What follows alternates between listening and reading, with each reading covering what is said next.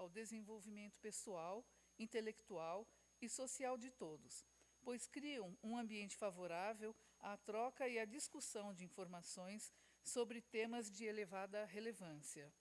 Compondo a mesa estão o anfitrião do evento, professor Vinícius Schorglis, diretor-presidente do Instituto do Legislativo Paulista, que é graduado em Administração Pública, mestre em Gestão e Políticas Públicas e doutorando em Administração Pública e Governo pela Fundação Getúlio Vargas, Escola de Administração de Empresas de São Paulo. A doutora e mestre em Direito do Estado pela Faculdade de Direito da Universidade de São Paulo, especialista em Direito Internacional Público pela Universidade de Paris e pesquisadora no Departamento de Relações Internacionais da Universidade de Londres, a doutora Irineia Maria Braz Pereira Senise. A doutora Isabel Maria Freitas Valente, que é doutora em Altos Estudos Contemporâneos, História Contemporânea, Estudos Internacionais Comparativos e mestre em Estudos Europeus pela Faculdade de Letras da Universidade de Coimbra. É investigadora integrada do Centro de Estudos Interdisciplinares do Século XX da Universidade de Coimbra e subdiretora da revista científica online Debater Europa. O doutor Leonardo Davi Quintiliano, diretor executivo do ILP, que é doutor em Direito Constitucional pela Universidade de São Paulo, especialista e mestrando em Ciências Jurídico-Políticas pela Faculdade de Direito da Universidade de Lisboa. Com a palavra o professor Vinícius Schorglis, que presidirá a mesa de abertura.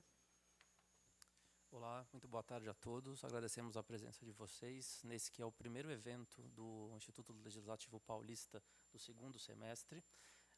Pedimos desculpas pelo atraso, esperamos que a gente possa compensar isso até às 16 para não atrapalhar a programação de ninguém. É muito importante que a gente inicie com um tema como esse, um tema que está na agenda daquilo que a gente acompanha nos noticiários e nos canais de notícia. A gente vê diversos fenômenos e acompanha esses fenômenos através do Brexit, que discute a própria composição da União Europeia, como a União Europeia ela se coloca hoje, o status dela, as eleições acirradas na França, as eleições acirradas na Áustria, que demonstram, às vezes, um antagonismo entre o projeto europeu e outras visões sobre esse mesmo projeto.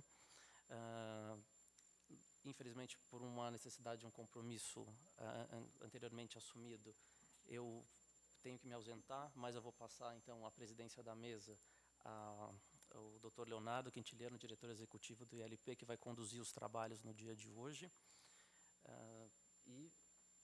Enfim, por fim, agradecer ao pessoal do Instituto, que, num curto espaço de tempo, conseguiu organizar essa palestra, quase em 2 dias. Também a doutora Isabel Maria, né, que se predispôs, dentro de uma agenda extremamente apertada, a estar conosco hoje, né, e uma série de eventos que ela tem num curto tempo de permanência nas terras brasileiras, com a interlocução aqui da professora Maria Cristina também. Então, espero que vocês tenham um bom evento e acompanhem sempre a programação do Instituto Legislativo Paulista e possam retornar a casa para outras oportunidades, outros cursos, outras palestras. Muito obrigado.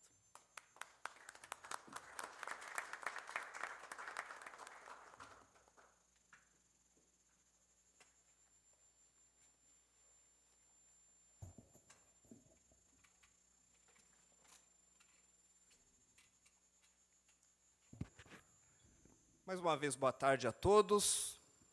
Agradeço as palavras do Dr. Vinícius.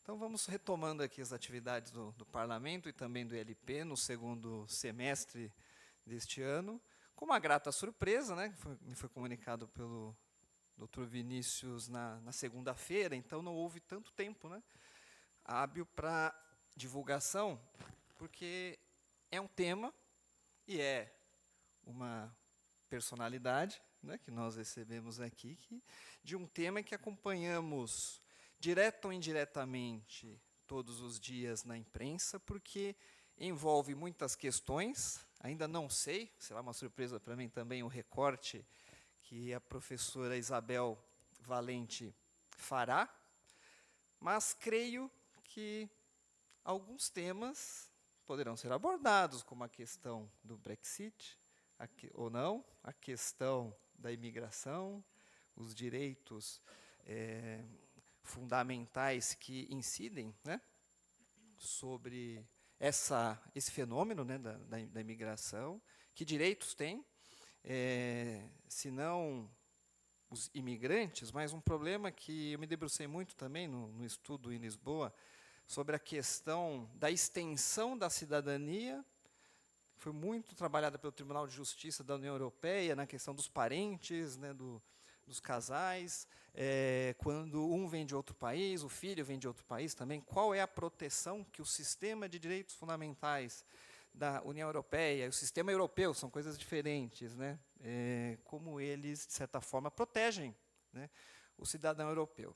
De antemão, eu já aviso, porque eu vi nos comentários do chamado na internet, não é o tema aqui não é como você faz para obter a cidadania europeia. Mas a professora Elinéia, ela é especialista nesse assunto diplomático de obtenção da nacionalidade europeia, ela também está aqui à disposição para tirar dúvidas nesse tema. Mas é um tema de plano teórico, né, acerca dessa problemática atual, em torno até do próprio caminho, que parece que foi um pouco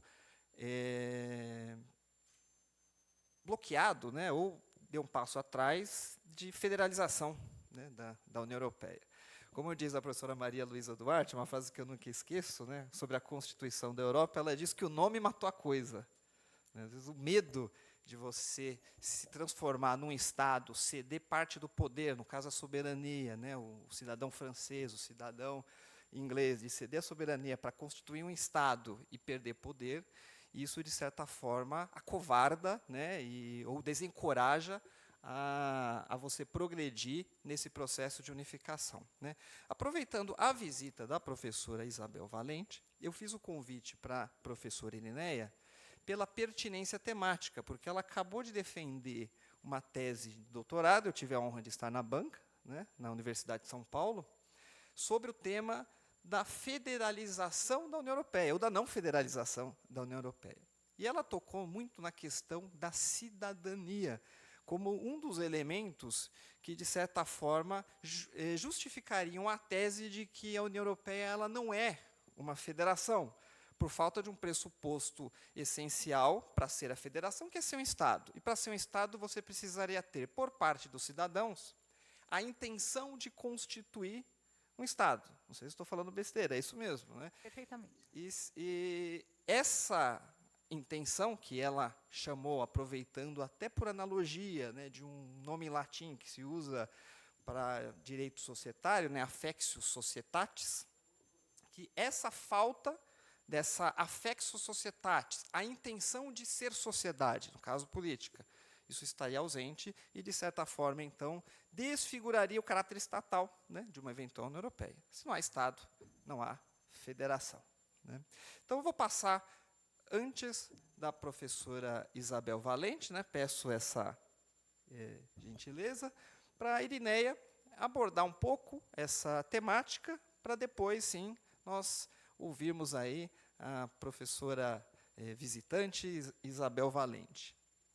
Por favor, com a palavra, professora Elinéia. Boa tarde a todos. Agradeço muitíssimo a oportunidade de aqui estar. Agradeço principalmente o convite do Dr. Leonardo Davi Quintiliano, Dr. Vinícius também, a acolhida aqui pela Assembleia Legislativa, que muito me honra. Agradeço de estar aqui também à mesa com a professora Isabel Valente e a professora Maria Cristina também.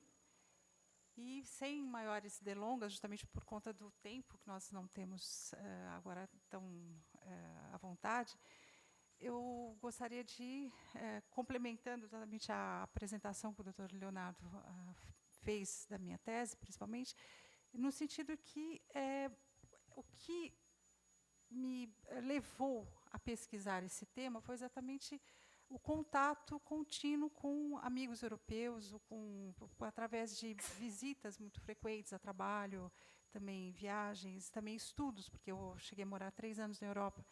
Então, na época de estudos de pós-graduação e também pesquisas durante o meu doutorado. E a impressão que ficou muito nítida para mim foi exatamente essa, de o cidadão europeu, o assim dito cidadão europeu, vê na União Europeia algo de interesse pessoal. Ou seja, enquanto a União Europeia é possível de apresentar vantagens, principalmente de cunho econômico, ela é muito bem-vinda. A partir do momento em que surgem problemas no estilo das guerras recentes na Síria, então houve a afluência maior de refugiados na Europa, a questão do terrorismo também crescente, os ataques constantes que distribuíam medo pelo continente de maior e menor grau, tudo isso acaba surtindo um certo receio, como bem disse o professor Leonardo, com relação a transformar a União Europeia num Estado. Ou seja, quando a União Europeia, nos seus primórdios, né, lá no final da Segunda Guerra Mundial, quando houve toda a destruição do continente por conta de uma guerra a mais terrível que a história já registrou, então a Europa sentiu a necessidade de que essa situação não mais voltasse a se repetir. Então, idealistas criaram esse sistema que, paulatinamente, levaria a uma integração política, inclusive, da Europa. E o que eu me pergunto na tese é exatamente isso. Será que algum dia vai haver uma integração política? Porque, do ponto de vista cultural, há uma diversidade imensa, muitas vezes incongruente entre um país e outro. As diferenças culturais podem ser bastante aferíveis. O desnível econômico em relação a um país e outro também, mas a União tem essa ideia, seria para equilibrar, de um modo geral, todos os países a partir do momento em que eles gozariam de uma igualdade, não só formal, mas real, nesse sentido. E o que se questiona é isso, será que, principalmente com essa questão recentíssima, né, do Brexit, então, até que ponto que outros países não seriam afetados por essa onda de secessionismo? Então, a Inglaterra, uma das questões que se vê no federalismo é a proibição de secessão. Na Europa ainda não há, exatamente por não ser considerado um Estado, e muito menos Estado federal ainda, pelo menos, essa possibilidade existe de que os países os países membros saiam, e é o que está acontecendo com o Reino Unido da Grã-Bretanha. Então, isso refletiu na questão das eleições na França, que houve um medo, um receio muito grande de que o governo eleito iria também optar por essa via. A questão da Holanda também, Itália e outros países que também se preocupam muito com essa questão. Então, é algo que vai ser ainda aferido, né? A história que vai responder, então, por enquanto, são só questionamentos mais acadêmicos do que mais nada. Obviamente que há opiniões em todos os sentidos, alguns que apoiam exatamente essa questão, outros que acham que a União Europeia tem tudo para se tornar um Estado, então só o tempo vai responder a isso. E penso que a professora Isabel Valente tem muito que nos brindar com os seus ensinamentos aqui nessa tarde de hoje. Então, eu passo a palavra agora a ela para o Dr. Leonardo primeiro, para que ele, o presidente da mesa, para que depois ele repasse a palavra para a professora Isabel, a quem, em nome da casa e dos presentes aqui, eu também agradeço muito a presença. Obrigada. Obrigado, professora Edneia. Podia repassar direto também. Eu só vou repassar, né? O tema da União Europeia, dos direitos fundamentais, embora ele não tenha, a priori, aqui para a Assembleia Legislativa, né, parece que para a Assembleia é um tema muito distante, mas quando eu fui estudar tema da União Europeia lá fora, eu o fiz por estudar federalismo no Brasil. E tentarmos identificar alguns institutos que nós podíamos extrair de um lado ou de outro e aplicar reciprocamente no outro. Como, por exemplo, a própria vinculação dos direitos fundamentais e o princípio, por exemplo, do nível mais elevado de proteção. O nosso Mercosul é um gatinho perto da União Europeia. Ele não tem, embora ele tenha uma estrutura que, de longe, ele seja um pouco parecido, até mesmo em termos de proteção. Nós temos aqui, por exemplo, a Convenção Interamericana de Direitos Humanos, um instrumento paralelo à Convenção Europeia dos Direitos do Homem, não é? Para nós, aqui dentro do Brasil. O sistema de recepção dessas normas internacionais no Brasil, de certa forma, guarda um paralelismo muito grande com o sistema de recepção das normas europeias, dos tratados internacionais nos diversos estados nacionais. Sobretudo em Portugal, embora tenha um sistema lá diferenciado, até com uma primazia maior desse direito fundamental em relação ao nosso sistema brasileiro, que depende de uma aprovação no legislativo. Mas nós enfrentamos aqui alguns problemas relacionados à efetividade dos direitos fundamentais, e boa parte deles podemos buscar soluções nesse direito comparado. Por exemplo, o Estado de São Paulo não tem um Estado do Brasil, não tem, e aqui é um federalismo, a União Europeia é um ainda não federalismo. E nenhum Estado tem uma Carta de Direitos Fundamentais. E há normas de direitos humanos que não estão presentes, por exemplo, no artigo 5º, não estão presentes em todos os tratados. E não poderíamos adotar uma Carta de Direitos Fundamentais aqui no sistema estadual? E como ficaria a articulação dessa carta com o artigo 5º, com as garantias fundamentais do artigo 5º? Então, estudar temas de direito internacional, estudar temas quaisquer, mesmo direitos sociais, outros institutos, no âmbito comparado, é de uma inquestionável importância e utilidade, mesmo aqui, para nós, no âmbito do LP, que não está, obviamente, delimitado a uma temática relacionada ao Poder Legislativo Estadual ou ao direito do Estado de São Paulo, mas, mesmo assim, nós também podemos tirar muito proveito disso, não só na nossa área de atuação, sei que muitos aqui não devem ser nem da área do direito, mas também no âmbito aqui do Estado de São Paulo, formulação de políticas públicas e pensar um novo Estado.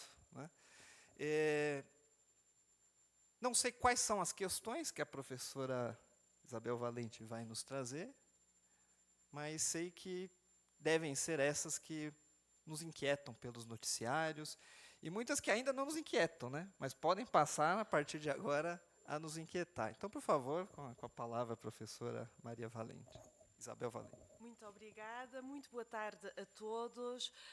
É com muito gosto que me encontro aqui no Instituto Legislativo Paulista. Agradeço o convite na pessoa do diretor-presidente, o professor Vinícius, muito particularmente uma palavra de gratidão à professora Cristina, da Universidade Metodista, porque foi através dela que este convite e esta parceria, que esperemos que se traduza efetivamente num acordo de cooperação entre o 620 e a Assembleia Legislativa ou o Instituto Legislativo Paulista, que este encontro se redeu. Cumprimento também o resto da mesa. E sem mais delongas, passarei imediatamente a uma breve exposição. E esta minha presença hoje aqui, através da mão da professora Cristina, envolveu-se em alguns faits divers que começou logo pela temática proposta. Está aqui o meu querido amigo e o colega Ilanisson de Buriti de Oliveira, um grande historiador da Universidade Federal de Campina Grande. Eu disse, estás em São Paulo, vai lá, porque fui convidada para apresentar a revista Debater a Europa. De repente recebo o cartaz da iniciativa e era a palestra da Metodista. Mas como não há problema, estamos aqui para discutir. E agora fica a saber para o professor Leonardo que vou discutir questões candentes da atualidade europeia. Pois bem, não farei nem uma coisa nem outra. E até pela experiência ao longo destes 10 anos de vinda constante a nível profissional ao Brasil, tenho reparado nenhuma coisa. E ainda ontem isso aconteceu na Universidade Federal do ABC. Fala-se muito da União Europeia, começam-se a fazer estudos comparativos entre o direito da República Federativa do Brasil e a União Europeia e não se sabe de todo o que é a União Europeia. Nem os alunos de Relações Internacionais, Ciência Política e Direito conseguem definir este OPNI, objeto político não identificado, este é o conceito exato da União Europeia, porque ele efetivamente não corresponde a nenhum sistema político que exista no mundo. Não é uma federação de todo, nem virá a ser tão cedo, nem tem que o ser. Não é uma confederação como os Estados, no entanto tem elementos da federação, tem elementos de uma confederação, tem elementos de um Estado-nação de direito internacional independente. E a União Europeia não nasceu do nada, resulta de um longo processo histórico, filosófico, de um desejo de intelectuais, de políticos. Nós podemos remontar, e até para não ir mais longe, à Idade Média, o desejo de uma Europa unida, uma Europa da cristandade que permitisse a paz perpétua universal de Kant. Para falarmos em escritores portugueses, basta citar, a título de exemplo, Luís Vaz de Camões ou Almeida Garrett com Portugal na balança da Europa. Victor Hugo em França é um outro caso. Quando aqui existem as condições materiais para que este sonho gizado, por exemplo, por Victor Hugo, que sonhava com os Estados Unidos da Europa, se viesse a materializar, efetivamente no pós-Segunda Guerra Mundial. Reparem que as guerras na Europa, as guerras mundiais, não foram guerras por invasão, por medos de vândalos, de hunos, foram guerras fraticidas. E havia que reconstruir a Europa e evitar muito mais do que preocupações se é federação, se não é federação, se há direitos, se não é, aquilo que a Europa conseguiu e que mais nenhuma parte do mundo existe neste momento. Basta abrir os telejornais, que foram 60 anos de paz no território europeu. Reparem a importância disto. O século XIX não conheceu um dia de paz. O século XX teve 2 guerras mundiais. De 45 a hoje, 2017, não houve guerra nenhuma no território que hoje nós designamos por União Europeia. Este é o maior mérito, o maior feito do projeto europeu. Assim, o sistema de comunidades europeias, portanto, comunidade económica do carvão e do aço e a comunidade económica europeia e a comunidade de energia atómica, são resultado oriundas desta lenta progressão do ideal europeu e que foi inseparável dos acontecimentos que abalaram o continente de forma sangrenta. Portanto, no período subsequente à Segunda Guerra Mundial, as indústrias de base, em particular a siderurgia, precisavam de ser reorganizadas. O futuro da Europa passava por sanar os conflitos entre leste e oeste e passava, inevitavelmente, por uma reconciliação franco-alemã. E é isso que veio a acontecer no pós-Segunda Guerra Mundial. E é a partir de aqui, e muito mais importante que os 60 anos que comemoramos este ano do Tratado de Roma, é efetivamente o Tratado de Paris, assinado em 1951, que vai permitir a regulação do uso do aço e da indústria siderúrgica apenas para questões pacíficas e a energia atómica para questões pacíficas e não para questões bélicas. E é nesta sequência, e tendo em conta os grandes pais fundadores da Europa, grandes estadistas, que se preocuparam sobretudo com os ideais fundacionais do projeto europeu, que assentam na liberdade, no Estado de Direito, na democracia, na solidariedade, que a 9 de maio, Robert Schuman sintetiza naquilo em que se diz que a Europa da paz, a Europa unida, não se fará nem no âmbito de uma construção global, mas sim mediante realizações concretas que criem, antes de mais, uma solidariedade efetiva. E essa solidariedade, embora com alguns reversos, tem acontecido efetivamente no espaço de liberdade europeu. E é com base neste grande princípio axiológico que nasce aquilo que nós hoje chamamos de União Europeia, com 6 Estados signatários, França, Itália, Alemanha e os países integrantes do Benelux, ou seja, Bélgica, Países Baixos e Luxemburgo.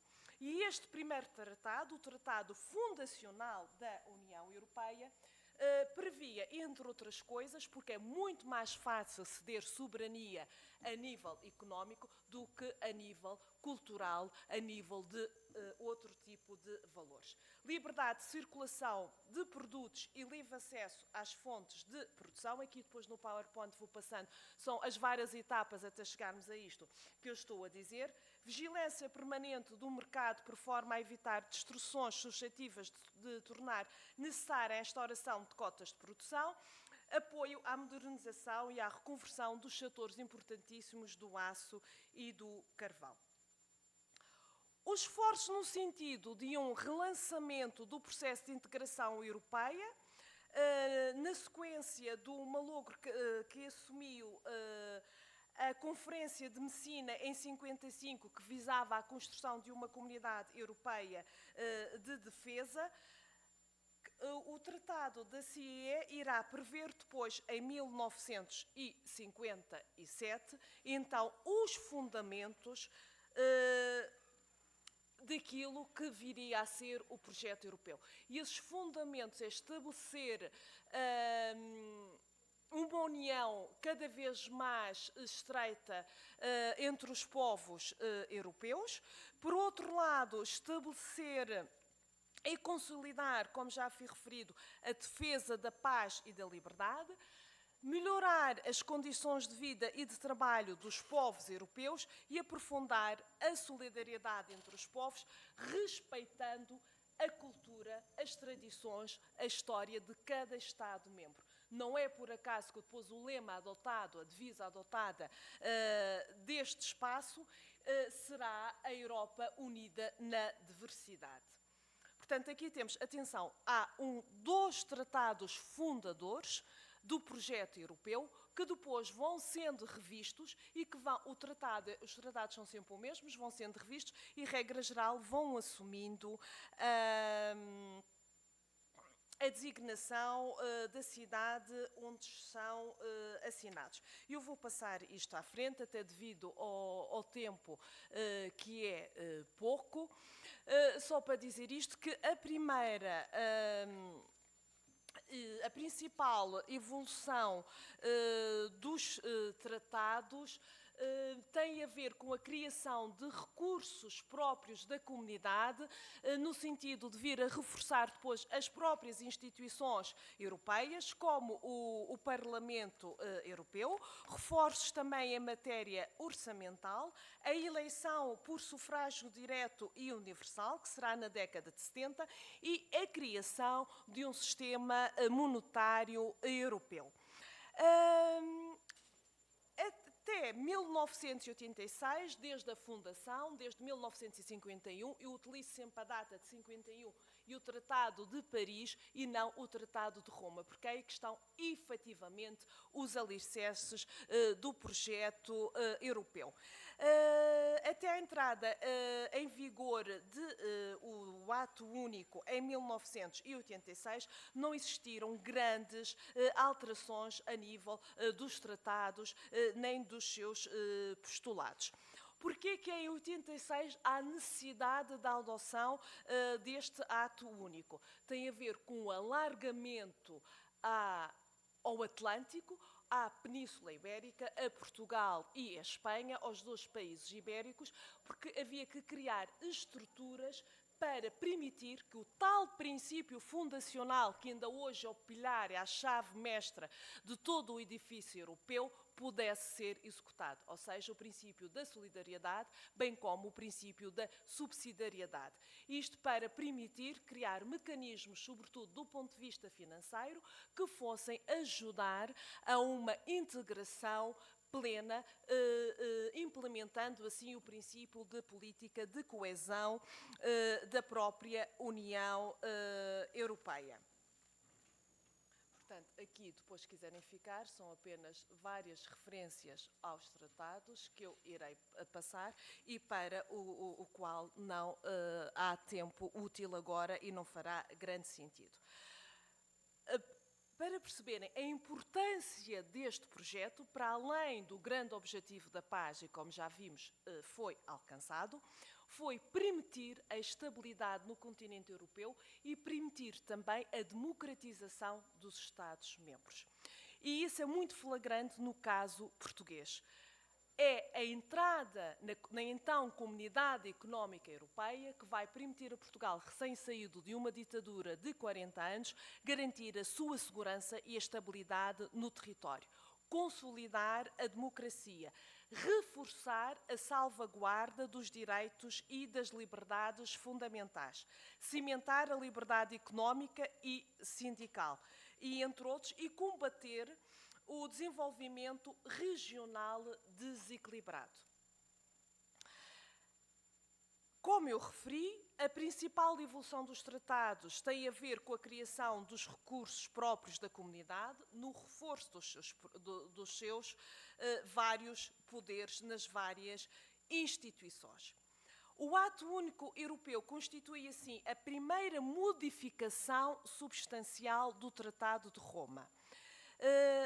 Ele previu o alargamento dos poderes da União Europeia através da criação de um grande mercado interno que ainda hoje existe. Através de estabelecimento de novos poderes em vários domínios, como a política monetária, a política social, de coesão económica e social, investigação e desenvolvimento tecnológico, ambiente e cooperação no domínio da política externa. Vai permitir ainda o reforço do Parlamento Europeu, ou seja, a dimensão da cidadania simultaneamente participativa e representativa através da eleição direta dos representantes dos cidadãos europeus. Mas será na década de 90, com o Tratado de Maastricht, a 7 de fevereiro de 1992, que se dá um verdadeiro corte epistemológico com os tratados fundadores. Este projeto de paz, de solidariedade, de cooperação entre os Estados-membros já não se far-se-á apenas através do setor económico, mas passar-se-á a fazer através do cidadão. Cria-se a cidadania europeia, que é complementar à cidadania nacional. Não se deixa de ser cidadão nacional de um Estado-membro, apenas vamos ampliar os direitos que temos enquanto cidadãos nacionais. E mais à frente irei então dar vários exemplos a esse respeito. Ou seja, o ser humano é colocado no cerne da decisão política europeia. Este tratado, que altera os textos fundadores, os textos anteriores, criou aquilo que ficou conhecido até a revisão seguinte, a de Nice, pós-Amsterdão, quem cria uma União Europeia assente em 3 pilares. Por um lado, mantêm-se as comunidades europeias, que eu falei no início, Comunidade Económica Europeia, Comunidade da Energia Atómica Europeia e a Comunidade de Defesa. Vai criar a política externa e de segurança comum e a cooperação nos domínios da justiça e dos assuntos internos. Tendo em vista os futuros alargamentos, reparem que desde a fundação nós vamos ter um primeiro alargamento na década de 70, depois 80, depois, em 2000, no início de 2000.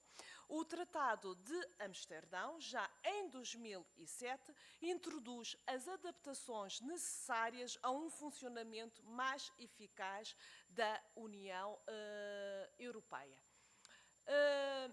Reparem que os Estados aderem a este projeto de livre e espontânea vontade e aceitam ceder soberania de livre e espontânea vontade.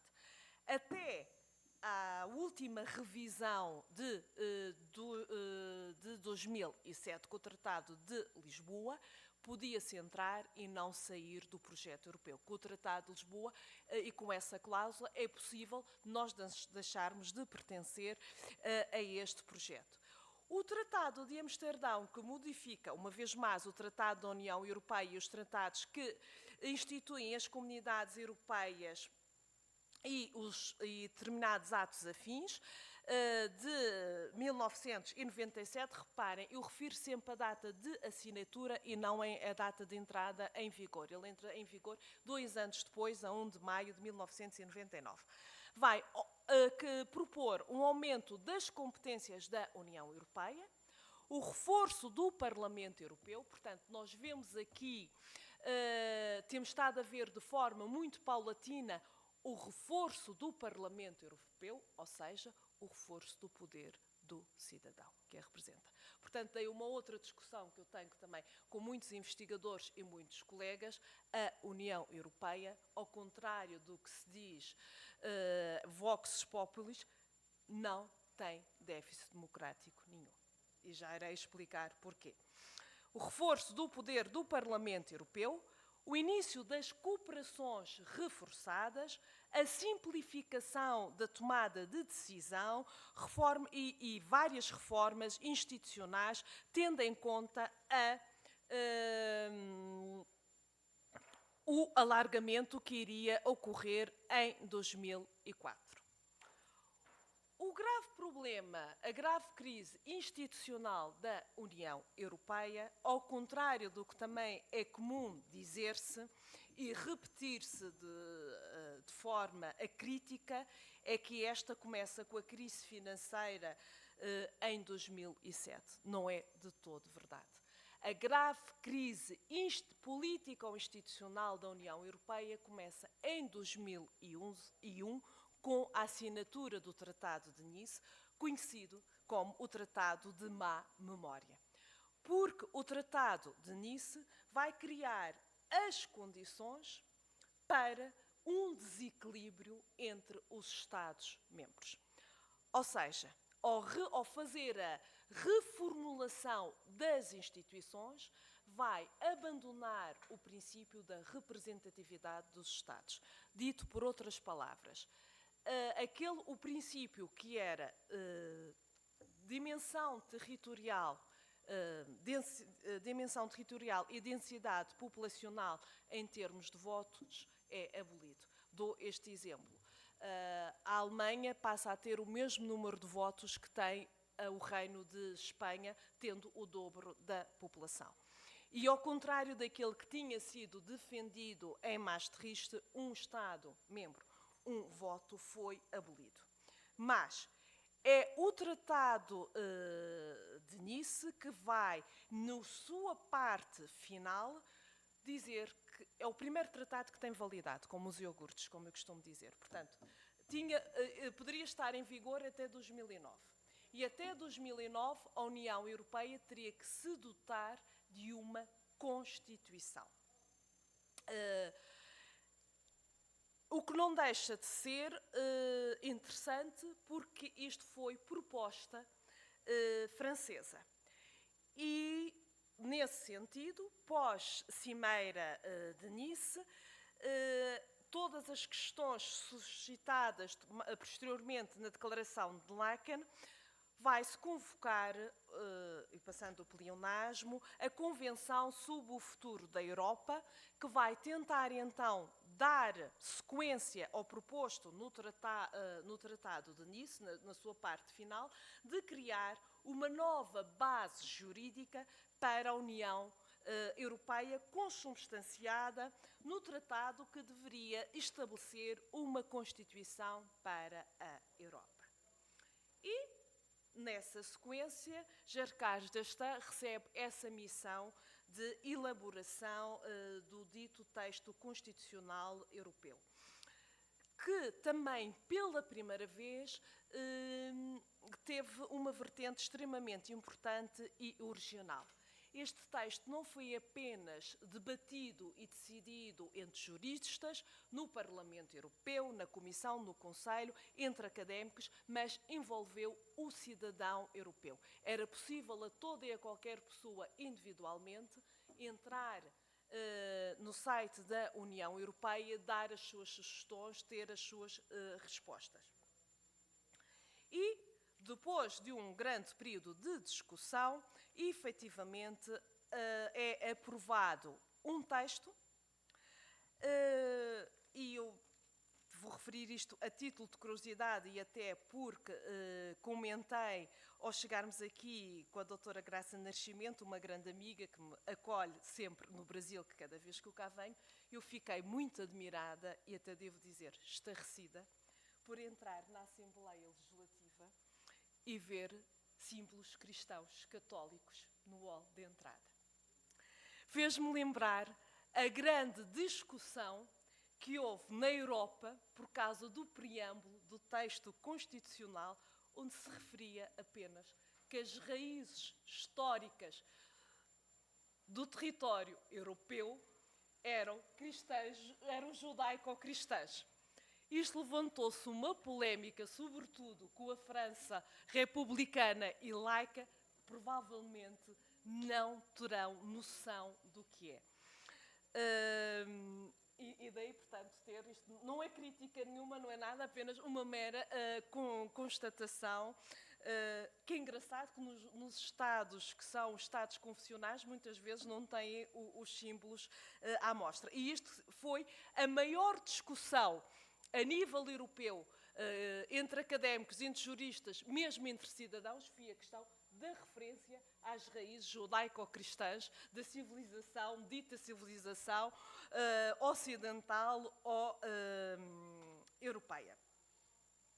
Portanto, fechando o parênteses e voltando à Convenção sobre o futuro da Europa, portanto, em conformidade com a Declaração número 23, anexa ao Tratado de Nice, o Conselho de Laeken de dezembro de 2001 organiza uma convenção onde estiveram reunidas as partes interessadas no debate sobre o futuro da Europa e tinha como linhas de trabalho 3 ou 4 pontos que eram interessantes. Uma melhor rever as competências da União Europeia, portanto, uma melhor divisão das competências da União Europeia, a simplificação dos instrumentos de ação da União Europeia, mais democracia, mais transparência e eficácia, bem como a redação da Constituição para os Estados da União Europeia.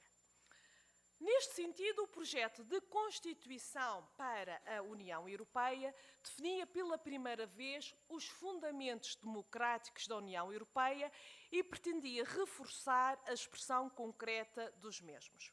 Ou seja, como concretizar uma melhor participação democrática.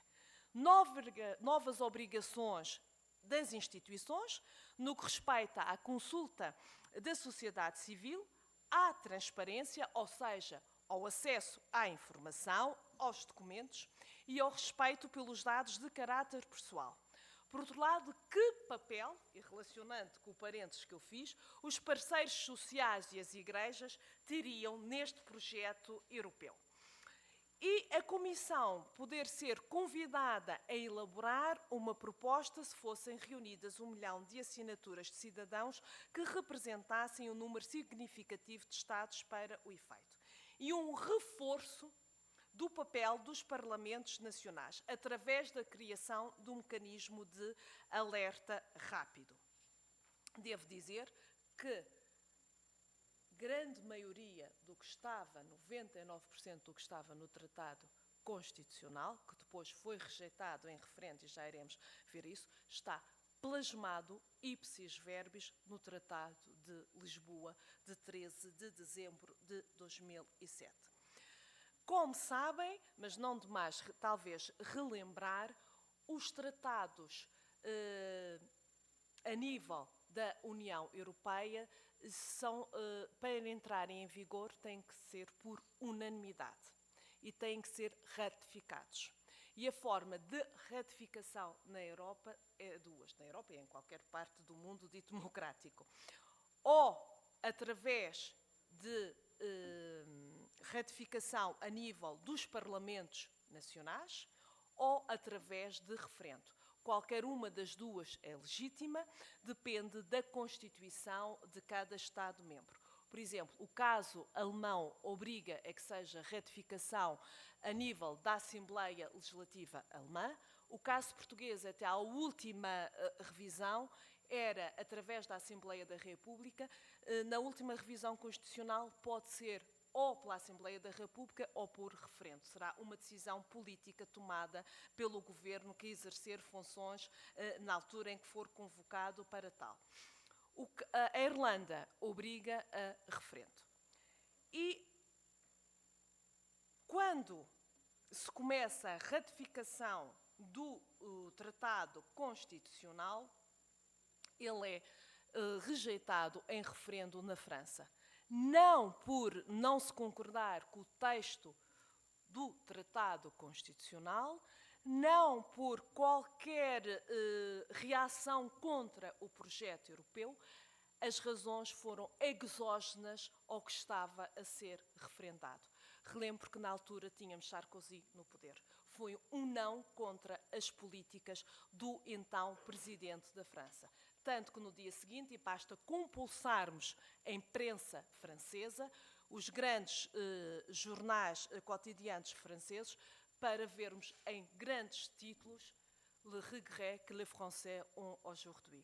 Mas o arrependimento já não ia a tempo, porque o mal já estava feito. Na sequência disso, e por efeito dominó, a Holanda também rejeitou o Tratado Constitucional. Nesse sentido, e como ainda tínhamos algum tempo útil de validade do Tratado de Má Memória de Nice, iniciam-se negociações para rever então o dito Tratado Constitucional e fazer, digamos assim, uma maquiagem ao texto. Ou seja, retira-se o título de Tratado Constitucional, fica uma mera revisão de um tratado, que para minha tristeza ficou com o nome da capital do meu país, porque fica muito aquém daquilo que merecia ter sido. Isto no sentido porque havia a premência de se adaptar as regras de funcionamento das instituições europeias a uma Europa alargada e que tinha que ser mais eficiente. Por outro lado, a Europa precisava de mecanismos e de instrumentos para fazer face à globalização e ter um relacionamento eficaz com os outros países, nomeadamente países terceiros, e aproximar cada vez mais o cidadão da União Europeia. Neste sentido, o tratado, que é conhecido vulgarmente por Tratado de Lisboa, mas é o Tratado de Funcionamento da União Europeia, começou por ser um projeto de natureza constitucional, lançado no final de 2001, na sequência da declaração do Conselho Europeu sobre o futuro da União Europeia, ou mais conhecido pela Convenção de Laeken, tendo seguido em 2002 e 2003 pela Convenção Europeia, que elaborou o tratado que estabelecesse uma Constituição para a Europa, ou Tratado Constitucional. E aí eu concordo com a minha colega e amiga Luísa, mas o problema não é constitucional. O problema são os dois juntos, tratado e constitucional. Ou é um tratado ou é uma Constituição. O processo que conduzia ao Tratado de Lisboa tem resultado, teve origem no resultado negativo dos dois referendos ao Tratado Constitucional, realizados em 2005, e a partir daí entramos num período de reflexão, de 2 anos que levará à Declaração de Berlim em março de 2007, em que se aprovou um mandato mais preciso com vista a uma posterior conferência intergovernamental. Esta conferência intergovernamental, durante a presidência portuguesa, consegue fechar o texto final do tratado que está neste momento em vigor e que regulamenta as relações entre os Estados-membros e os Estados terceiros. E, como eu disse anteriormente, este tratado vai buscar muito do tratado constitucional.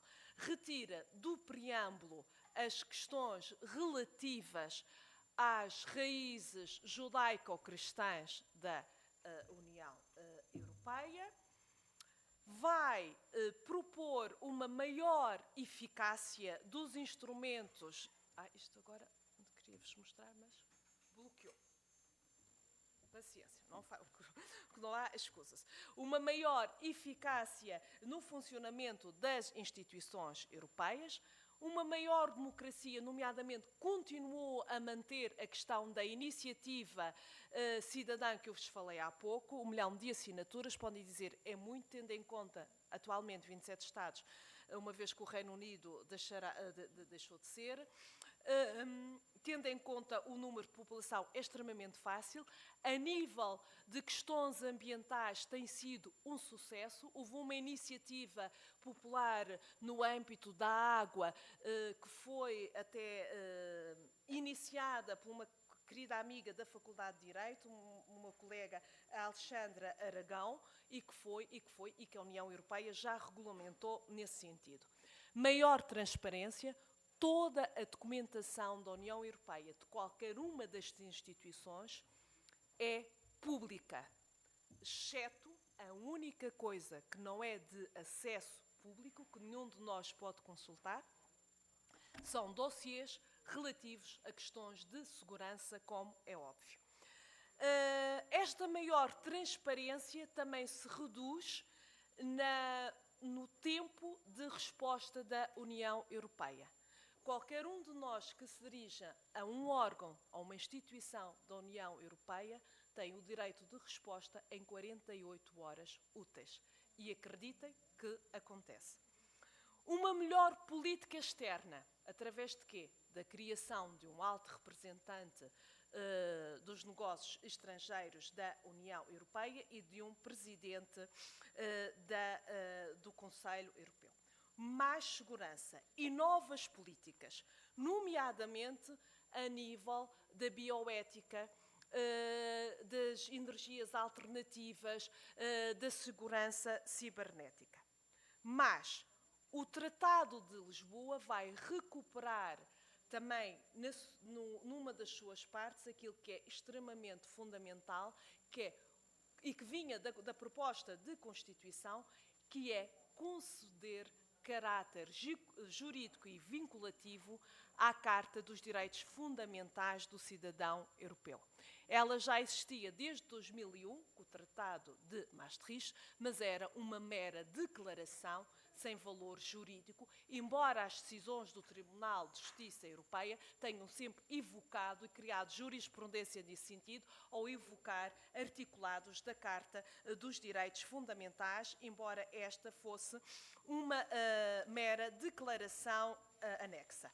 Esta Carta não vai trazer propriamente direitos novos aos cidadãos da União Europeia. Ela baseia-se na Convenção Europeia dos Direitos do Homem, na Carta Social Europeia, na Carta Comunitária dos Direitos Sociais Fundamentais dos Trabalhadores, em todas as convenções internacionais nesta área que foram subscritas pela União Europeia, bem como pelos seus Estados-membros a nível individual, nas tradições constitucionais dos países da União Europeia, nos próprios tratados, nos próprios textos da União Europeia e, claro está, na jurisprudência da União Europeia e Conselho da Europa.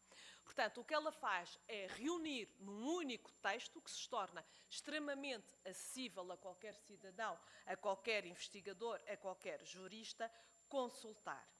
E vai de alguma forma, acrescentar aquilo que também as nossas próprias Constituições têm vindo a acrescentar, que são direitos relacionados com novas áreas de saber, com novas áreas de atividades profissionais que vão surgindo pela evolução da sociedade, tais como as questões relacionadas com a bioética, o meio ambiente, a proteção de dados pessoais, proteção ao consumidor, entre outros.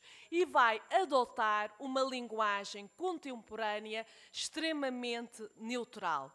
Por exemplo, deixa-se de refere apenas casamento e deixa de referir aquilo que nós tínhamos, por exemplo, em Portugal, a nível de Código Civil, casamento entre heterossexuais. Portanto, adota uma linguagem neutra.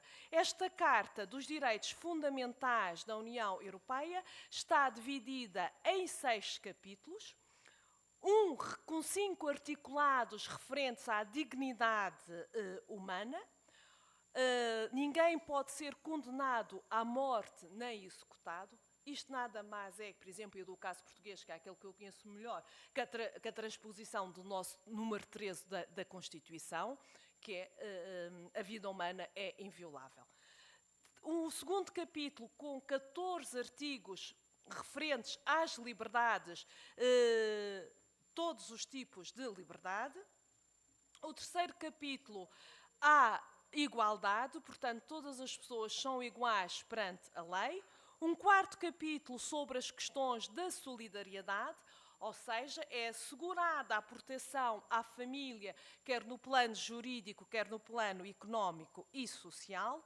Um quinto capítulo sobre questões stricto sensu de cidadania, o direito de circular, de permanecer livremente no território dos Estados europeus, e um sexto capítulo sobre questões relacionadas com a justiça no seio da União Europeia. Eu posso-vos dar apenas, e a título de exemplo tão só, alguns desses direitos consagrados na Carta dos Direitos Fundamentais da União Europeia. Por exemplo, uma coisa que é de uma utilidade enorme, nem imagino o quanto para quem é cidadão europeu, e eu já beneficiei disso. Portanto, sei do que falo na teoria e na prática, que é o direito à proteção diplomática. Ou seja, os nossos Estados não têm, os nossos países não têm representação diplomática em todos os países do mundo, como é óbvio. E este direito à proteção diplomática diz o seguinte: qualquer cidadão da União Europeia, em território estrangeiro, em caso de necessidade, pode recorrer à embaixada de outro Estado-membro e ser tratado como cidadão da União Europeia. No fundo, é como se estivesse a entrar na sua própria representação diplomática. E acreditem que em determinadas partes do globo é de uma mais-valia extraordinária. Por outro lado, o direito de voto e de elegibilidade nas eleições. Eu, enquanto cidadã da União Europeia, com o meu direito ao livre estabelecimento, exceto se tiver uma profissão ligada ao sistema jurídico, é a única profissão para a qual ainda não há regulamentação, ainda não há o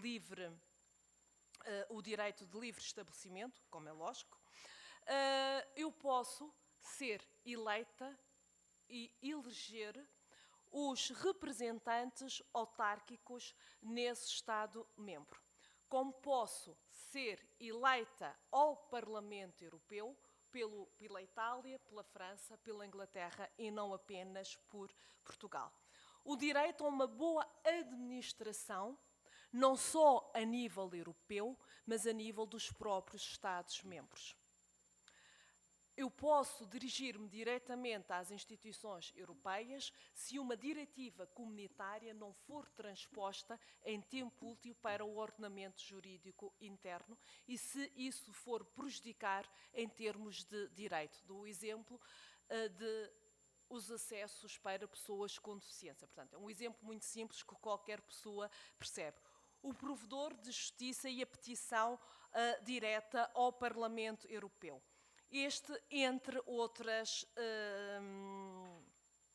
outros direitos que existem. E para não defraudar totalmente aqui o professor Leonardo, nem as pessoas que vieram para saber como é que se pode obter a cidadania europeia, neste momento é extremamente fácil e nem precisam de casar com quem não gostam, nem de pagar para casar.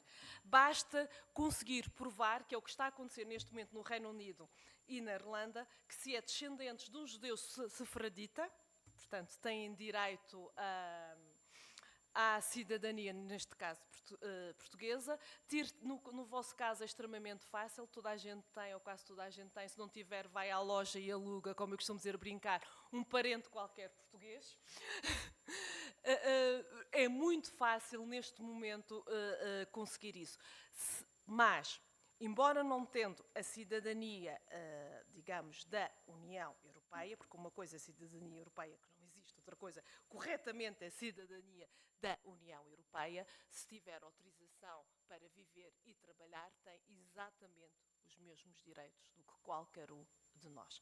E com a grande vantagem de nós sermos um OPNI, um objeto político não identificado. Nós aqui só temos a parte boa, a face boa da medalha, porque ouviram-me falar apenas em direitos e não em deveres, porque a Carta dos Direitos Fundamentais e os tratados não prevêem nenhum tipo de dever por parte do cidadão europeu, como a Escola de Coimbra e a Faculdade de Direito de Coimbra sempre defendeu, através do professor Vital Moreira, da criação de um imposto europeu.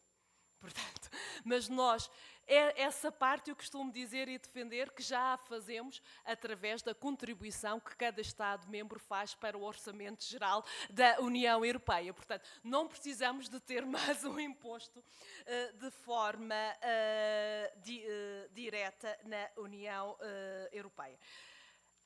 Isto de forma extremamente resumida e para tentarem perceber aquilo que é efetivamente a União Europeia. Evidente que nada na história, na vida do ser humano, é uma linha reta, como defendia Fukuyama no seu Fim da História. Evidente que este projeto de 60 anos permitiu criar uma bolha, uma ilusão de uma paz perpétua universal, de um Estado social que nós efetivamente temos estado a usufruir, só que nada cresce ad eterno. As coisas têm isto. E em momentos de crise é natural, não só no espaço europeu, que ressurjam os nacionalismos, que ressurjam os egoísmos. Repara, e eu ainda ontem dizia isso na Universidade do ABC, nós temos que ver que quer os políticos que nós elegemos, quer nós, enquanto sociedade, somos responsáveis, mas também não deixamos de ser seres humanos. É evidente que me envergonha a forma, enquanto europeia, enquanto portuguesa, como alguns Estados-membros estão a tratar da questão dos refugiados e dos migrantes vindos de leste. Mas também tenho que compreender que essas decisões estão a ser tomadas por seres humanos que viram morrer por explosão e por outros atentados familiares e amigos. É natural que venha ao de cima, a primeira reação seja a de medo. E não basta receber, é preciso saber como é que se recebe, em que condições de dignidade e integrar, não criar guetos. Portanto, mas eu penso que isto seria matéria mais, assim como o Brexit e outras, para debate do que propriamente para exposição agora. Procurei ser o mais sintética possível, o mais curta possível, experimento todo um longo processo que não se pode de todo resumir a 60 anos, porque tem um substrato muito grande antes do seu nascimento. E muito obrigada pela vossa atenção.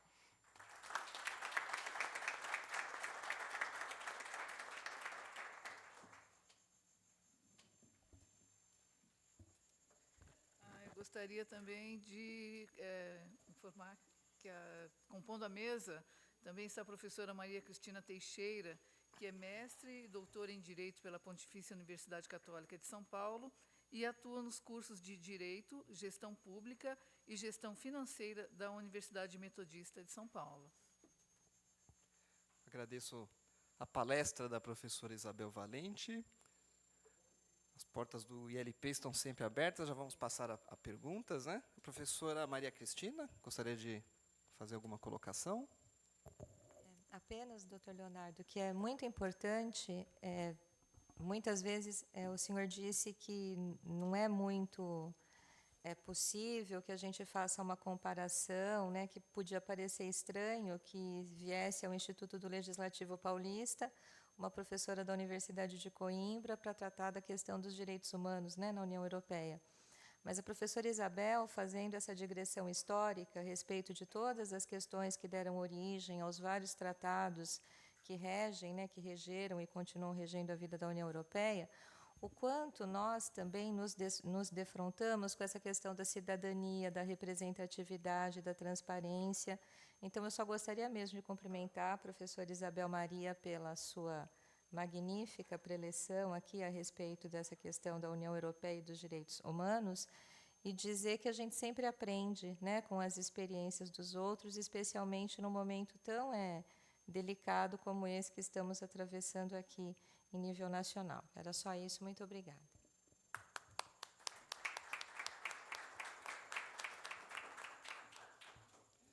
Inclusive, até para dar uma satisfação à professora, né, Isabel Valente, né, quanto ao quórum, hoje é um dia em que o Brasil está parado, muitas pessoas talvez não vieram para acompanhar, né, a votação no Congresso Nacional de praticamente a possibilidade aí de um segundo, né, impeachment, né, no Brasil. Então, essa comparação, né, realmente é importante. A questão ali das 48 horas, né, que um cidadão ele pode consultar um órgão europeu e ter a resposta, quando nós olhamos aqui para a nossa própria, né, administração, já nem aqui na Assembleia a gente consegue, né, fazer isso, que dirá você encaminhar uma carta ao presidente da República e ter uma resposta em 48 horas. Inclusive, foi nesse sentido que eu disse a respeito das experiências que um estudo ali fora traz.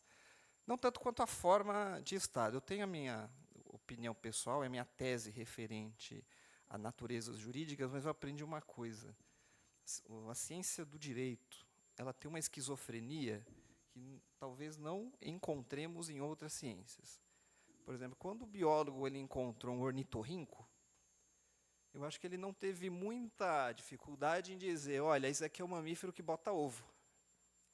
Mas se tivesse um jurista encontrado ornitorrinco, eles estavam até hoje tentando discutir a natureza jurídica do ornitorrinco. Não é? E eu acho que a União Europeia e outros institutos são sui generis. Né? Se a natureza... Sim. Há um objeto voador não identificado. Também. Se a natureza produz, a cada momento, e a cada momento é descoberto uma espécie nova, de um gênero novo, quiçá a mente humana com as suas instituições. E nisso acho que o Brexit, ele, quando passou, até mesmo a eleição de Trump, ela mostra uma coisa, o ser humano, ele é capaz de tomar decisões por ele mesmo. E os ingleses ensinaram muito isso na história. Eles querem algo, eles fazem. Certo ou errado, pode se arrepender ou não, mas muitas instituições que hoje seguimos foram forjadas pela necessidade histórica dos ingleses. Desde a separação dos poderes, o parlamentarismo, tudo isso nasce por uma necessidade histórica. Ninguém busca ali, naquele momento, deixa eu ver se houve alguma coisa lá fora, lá atrás, que eu possa copiar. E o Brasil tem muito disso.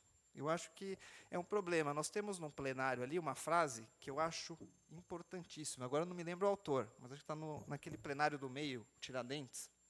Minto, José Bonifácio. Acho que a frase é dele e remonta a mais de 100 anos atrás. Ele diz o seguinte, muitos querem que o Brasil se torne Inglaterra ou França, porque há 100 anos atrás para o Brasil era Inglaterra ou França o espelho. Hoje é Estados Unidos e Alemanha. Então ele dizia, muitos querem que o Brasil se torne Inglaterra ou França. Eu quisera antes que o Brasil seguisse seus usos e costumes e antes retrogradasse do que se corrompesse. Eu acho que o Brasil ele peca um pouco nisso, de não forjar aqui soluções próprias e buscar sempre também esse comparativo para adotar soluções. Quando vamos propor alguma coisa nova, mas que país do mundo fez isso? Não precisa ter nenhum país do mundo que fez isso. O próprio professor Boaventura de Souza Santos, quando veio para a favela no Brasil, ele disse, olha, a minha teoria não se aplica aqui, a essa realidade. A minha teoria se aplica a uma outra realidade. E nós queremos, a todo tempo, importar soluções criadas para problemas próprios aqui. E só para finalizar, passar para as perguntas, essa questão do crucifixo na Assembleia, não vou entrar no mérito, porque, né, é um problema. Não é nenhuma crítica.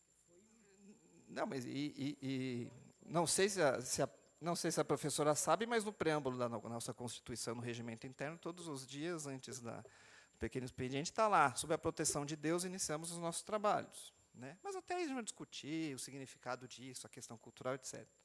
Mas o que eu achei muito curioso, e uma mudança de uma diferença de mentalidade do português em relação ao brasileiro, fica muito claro aí. A professora Maria Luísa Duarte, eu estava participando de um debate sobre Estado laico, né, até essa questão da França, do jornal, né, Charles Hebdo, e eu levei para ela a questão do nome Deus seja louvado na cédula. Né? E a minha preocupação naquele momento era a questão do Estado. Como é o Estado que emite moeda, como é que o Estado um Estado laico poderia continuar imprimindo num documento público um símbolo religioso?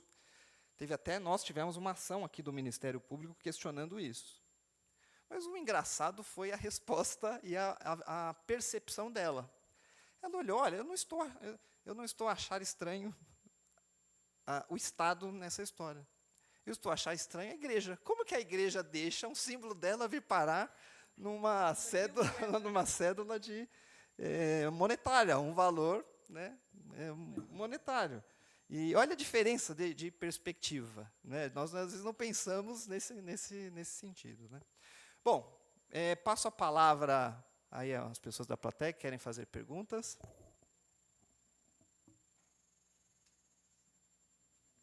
Boa tarde.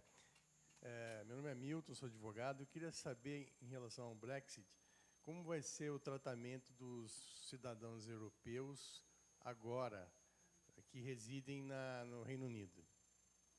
Bem, isso só os negociadores é que poderão responder. Eu espero que se mantenha um bom acordo, quer para os cidadãos da União Europeia no Reino Unido, quer para os ingleses em território da União Europeia. E eu penso, até pelo histórico que existe de relações entre o Reino Unido e os vários membros da União Europeia, que haverá um tratamento favorável no sentido de conseguirmos um tipo de acordo como se tem, por exemplo, com a Noruega, que não é Estado-membro da União Europeia, mas um dos direitos são reconhecidos aos cidadãos europeus e vice-versa.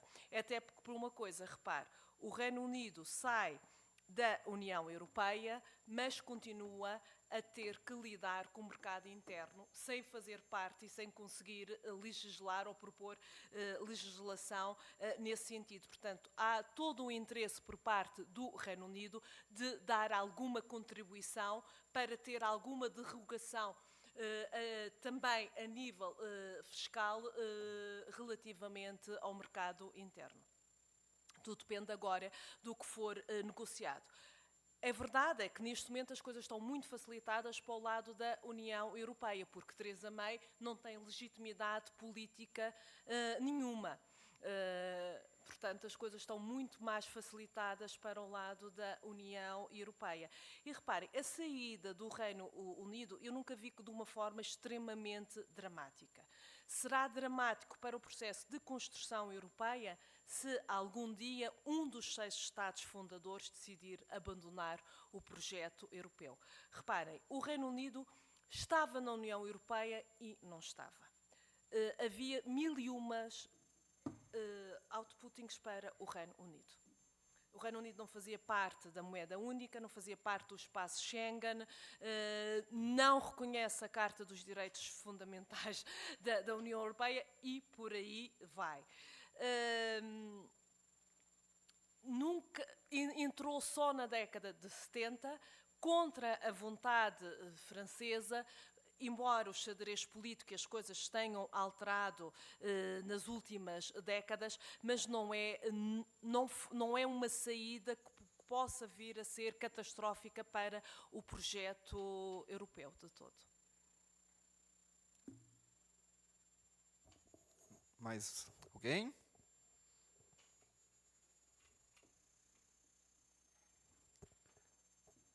Doutora Irineia, alguma questão?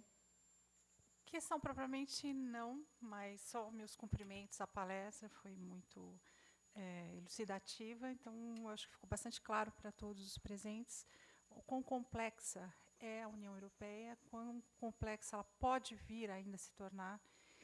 E realmente, como bem disse o doutor Leonardo, não há necessidade de se determinar o que ela é, a não ser no campo jurídico. Né? Nós temos esse ranço, né, de saber qual a natureza. Exatamente, se fôssemos biólogos, não haveria tanta necessidade de definir o que é a União Europeia. No momento, realmente, ela é algo ainda indefinido. E, quanto à cidadania, realmente, pessoalmente, eu vejo como o cidadão europeu tem realmente vantagens excepcionais dentro do universo europeu, do continente. Então, realmente é uma experiência única que leva à conclusão de que realmente seria uma organização internacional sui generis, mais de viés econômico, eu diria, porém, ainda sem um viés estatal, e não sabemos se virá ou não a ser um Estado. Mas, do ponto de vista prático, realmente não é um gênero de primeira necessidade. Né? Enquanto o europeu estiver bem e garantindo uma paz de mais de 70 anos agora, então realmente é o que interessa. E esse foi o objetivo inicial dos grandes idealizadores, né, como Robert Schuman e todos eles que tiveram esse espírito inovador e realmente de grande valia, não só para a história europeia, mas acho que para o mundo todo, porque a União Europeia é um exemplo para nós também, quem sabe, né? Acho que nós, aqui no Mercosul, realmente estamos a anos-luz deles, mas a história, eu acho que reflete com bons exemplos. Eu acho que não só aqui para o nosso mundo latino-americano, mas em outras regiões do país, um mundo globalizado, um mundo de mais cooperação, e que a Europa está dando esse exemplo, né, de cooperação. Países tão diferentes, que viveram em lutas fratricidas muito desde, digamos, a antiguidade, né, com o Império Romano e tudo mais. Então, acho que só temos a ganhar com essa experiência europeia. Então, meus cumprimentos também ao Instituto, que promoveu essa palestra, essa reunião. Então, muito obrigada. Obrigado, professora Irineia. E apenas aqui, até para dar essa notícia, né, estava aqui conversando com a professora Isabel Valente, nós temos aí a intenção de firmarmos um protocolo de intenções, um convênio com o Instituto Legislativo Paulista e o Centro de Estudos Interdisciplinares do século XX, lá da Universidade de Coimbra. Com isso, até gostaria de passar de novo a palavra para o professor, o que poderíamos aí compartilhar, o que poderíamos incluir, né, e oferecer aqui, né, para quem está presente, para os servidores da Assembleia e eventuais aí pessoas que participem de cursos, né, de formação no próprio Instituto. Uma vez que estamos na Assembleia, e para não defraudar e para não ficarem com a ideia que a União Europeia não se preocupa com as questões jurídicas nem normativas, que nós temos legislação para tudo, desde a espessura do papel higiênico à legalização. E são tudo diretivas comunitárias, portanto, não é por falta de norma para estudar, podíamos promover um curso sobre direito comunitário e tentarem perceber que não é preciso existir uma instituição política chamada federação para que isso não aconteça na prática. O direito comunitário é supranacional desde 1951. Agora, é perfeitamente possível conviver com uma federação a nível jurídico, a nível económico e para os 17 Estados-membros da zona euro a nível financeiro e económico, mantendo um reduto de soberania nacional que é aquilo que nos enriquece enquanto povos europeus. Porque, reparem, é impossível transpor o modelo da Federação Americana para a Europa. Os Estados Unidos da América foram construídos de raiz, do zero. Nós temos uma história milenar atrás de nós. É impossível despojar-nos de tudo isso. Não é por acaso que até hoje, ao longo de todo este processo de construção e de integração europeia, não existe uma língua oficial da União Europeia. Exatamente por esse respeito pela diferença. E esse respeito pela diferença, pela diversidade, pelo outro, pela alteridade que nos enriquece, é a maior prova de respeito pelos direitos humanos e pela cidadania.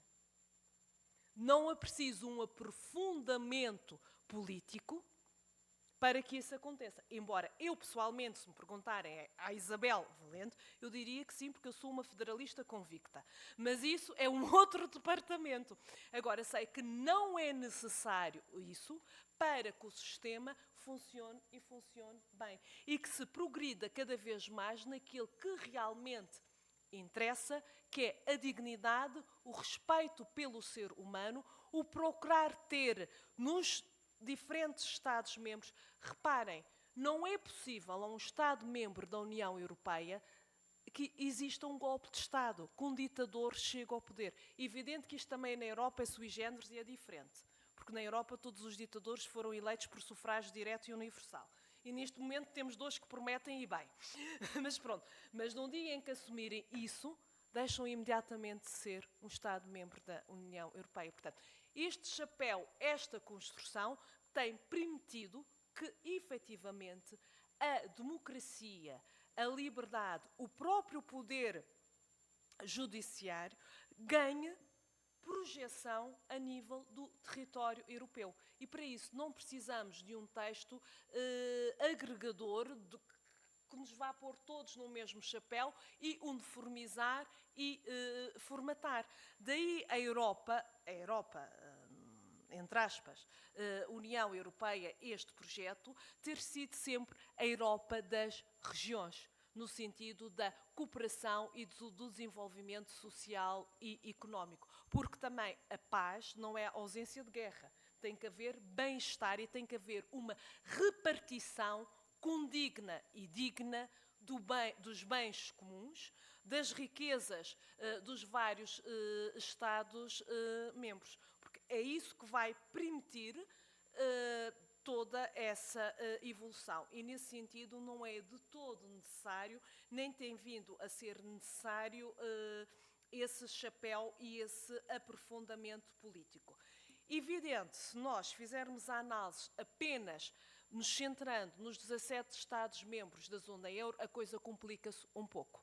Porque é complicado ter uma política orçamental comum, uma política monetária comum, com regimes fiscais completamente diferentes e díspares. Aí teria que haver uma tentativa no sentido de uma harmonização fiscal a nível europeu. Daí estes problemas que nós temos tido com os déficits e com os não-déficits nos vários Estados-membros. Aí, quanto a mim, deveria existir um aprofundamento político nesse aspecto. Eu não tenho de todo uma visão pessimista, eu sou uma otimista militante, embora reconheça que nos dias que correm com alguma dificuldade, eu acho que o projeto europeu está aí, está para durar. Será outra coisa completamente diferente daquilo que eu conheci, da que a geração dos meus pais ajudaram a construir e dos meus avós, mas não significa que venha a ser uma coisa pior. Irá com certeza responder às necessidades dos cidadãos futuros. É para isso que os sistemas políticos e o direito existe. Portanto, penso que não... Era com esta nota de esperança e de otimismo que eu gostaria de deixar. Muito obrigado. Então vamos tentar aí nos esforçar para que este convênio, né, possa se concretizar, o né? direito comunitário seria interessante. Um curso sobre a história da União Europeia também poderia ser uma coisa interessante. Formações, é uma coisa que depois poderemos ver mais particularmente. Então, eu agradeço mais uma vez a professora Maria Valente, né, a professora Maria Senise, a professora Maria Cristina, todos vocês, perdoem mais uma vez o atraso.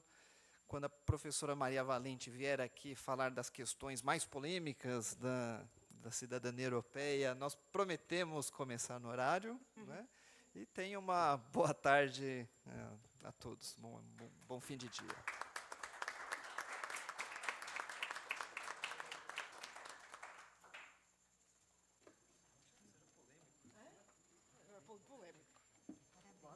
Obrigada.